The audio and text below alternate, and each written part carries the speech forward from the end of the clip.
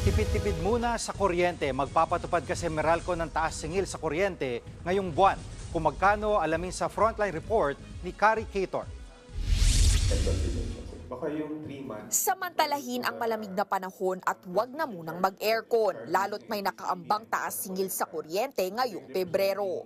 Ayon sa Meralco, may dagdag na 28 centavos kada kilowatt hour. Para sa mga bahay na kumukonsumo ng 200 kilowatt hours kada buwan, makakakita kayo ng pagtaas na 57 pesos sa inyong electricity bills. Ang pangunahing dahilan, ang mas mahal na generation charge. Nakaapekto rin daw ang paghina ng piso kontra dolyar dahil karamihan ng suppliers ng Meralco ay dollar-denominated.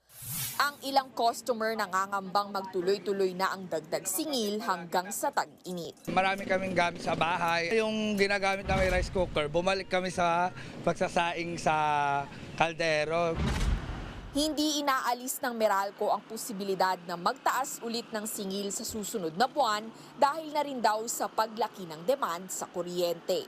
Kailangan natin paghandaan pagpasok ng summer months. Posibleng makaapekto talaga sa bill natin. May mga hakbang naman daw na ginagawa ang Meralco para mapigilan ang posibleng taas singil tulad ng pagpapalawig ng kanilang mga kontrata sa ilang supplier.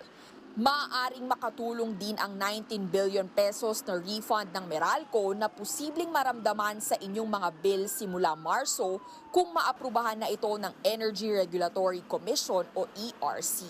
Proposal namin was to refund it over 3 years. That's equivalent to 19 centavos per kilowatt hour. Hopefully, if you can get regulatory approval to implement it as soon as possible.